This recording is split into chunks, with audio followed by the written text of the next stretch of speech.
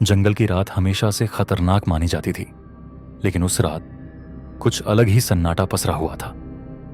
सर्द हवा, पेड़ों की सरसराहट और रात के जीवों की आवाजें भी मानो डर से थम गई थी। पुष्पा, जो जंगल में लाल चंदन की तस्करी का बादशाह था, अपनी नई योजना के तहत कुछ खास पेड़ों को काटने के लिए निकला था। उसे इस बात की भनक नहीं थी कि यह जंगल सिर्फ पेड़ों और जानवरों का घर नहीं था। यहाँ एक ऐसी शक्ति छिपी थी जो इंसानों से परे थी। पुष्पा ने अपने आदमियों के साथ एक पुराने हिस्से में कदम रखा। वह हिस्सा अब वीरान था, क्योंकि वहां के पेड़ों को कोई छूने की हिम्मत नहीं करता था। लोग कहते थे कि उस इलाके में रात को अजीब आवाजें सुनाई देती हैं, जैसे कोई फुसफुसा रहा हो या किसी के पैरों की आहट हो। लेकिन पुष्पा, जिसे किसी चीज से डर नहीं लगता था, इन बातों को महज गांव वालों की गप्प समझता था। जब टीम पेड़ों को काटने लगी तो अचानक हवा का रुख बदल गया। एक पेड़ के पास खड़े रमेश ने कहा, भाई, ये पेड़ अजीब लगता है, इसे मत काटें। पुष्पा ने उसे डांटते हुए कहा, काम पर ध्यान दे, ये सब कहानियों पर यकीन करना बंद कर। रमेश ने डर के मारे सिर हिलाया और कुल्हाड़ी से पेड़ पर वार किया। लेकिन जैसे ही पहला वार हुआ, जंगल में अजीबोगरीब गूंज उठी। ऐसा लगा जैसे किसी ने गुस्से में चिल्लाकर कहा हो, रुक जाओ। सबने एक दूसरे की ओर देखा।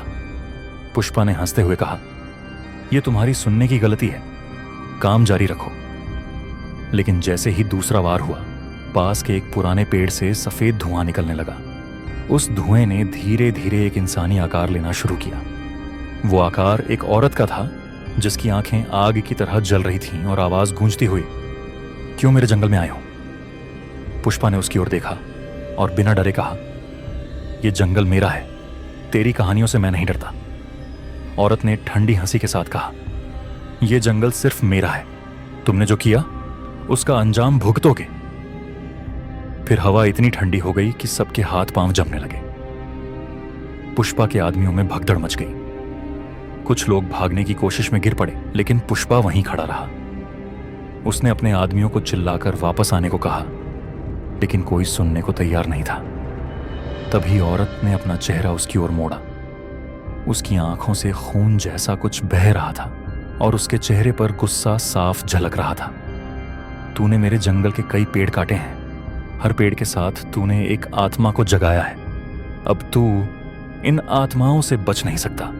पुष्पा ने अपनी बंदूक निकाली और सीधे उसकी ओर तान दी, लेकिन गोली चलाने से पहले ही बंदूक उसके हाथ से छूटकर दूर जा गिरी। औरत के चारों ओर अजीब रोशनी फैलने लगी और अचानक चार और परछाइयां उस रोशनी से बाहर आईं। वे सब उस जंगल के अलग अलग हिस्सों के रक्षक थे। उनमें से एक ने कहा, तूने हमारे सब्र का इम्तिहान लिया है पुष्पा। अब वक्त आ गया है कि तुझे अपने गुनाहों की सजा दी जाए। पुष्पा अब भी डरने को तैयार नहीं था। उसने चिल्लाकर कहा, मैं पुष्पा हूं, मैं किसी के आगे नहीं झुकता।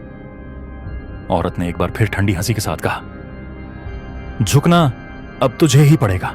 और तभी जमीन हिलने लगी। वह पेड़ जिसे पुष्पा काटने आया था, अपनी जड़ों से उठ खड़ा हुआ।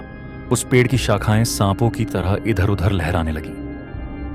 पुष्पा ने भागने की कोशिश की, लेकिन उसकी टांगें जमीन में धंसने लगी। पेड़ की जड़ें धीरे धीरे उसकी ओर बढ़ने लगीं।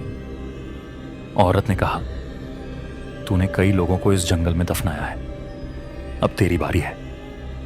पुष्पा ने पूरा जोर लगाकर अपनी टांगें छुड़ाने की कोशिश की, लेकिन वह हिल भी नहीं पाया। अचानक एक तेज चीख सुनाई दी। वह चीख इतनी खतरनाक थी कि उसके कानों से खून निकलने लगा। तभी उसे अपने चारों ओर अपने मरे हुए आदमियों के चेहरे दिखने लगे। वे सभी उसे घूर रहे, जैसे कह रहे हों कि उसका अंत करीब है। पुष्पा, जंगल तुझे माफ नहीं करेगा, वे सब एक साथ बोले। पुष्पा के चारों ओर अंधेरा छा गया और जब उसने अपनी आंखें खोली तो वह उसी पेड़ से बंधा हुआ था जिसे वह काटने आया था। पेड़ की शाखाएं उसे जकड़े हुए थीं और वह चीखते हुए कह रहा था, मैं झुकूंगा नहीं। लेकिन इस बार उसकी आवाज किसी ने नहीं सुनी। सुबह होते ही गांव के कुछ लोग जंगल में गए। उन्होंने वहां वह पेड़ देखा और पेड़ की एक शाखा पर पुष्पा का खून से लथपथ गमछा लटक रहा था। लोग समझ गए कि जंगल ने फिर से अपना बदला ले लिया है और उस दिन से कोई भी उस हिस्से में जाने की हिम्मत नहीं करता। पुष्पा का नाम अब भी लोगों की जुबान पर था, लेकिन इस बार उसे जंगल के श्राप की कहानी के साथ याद किया जाता था।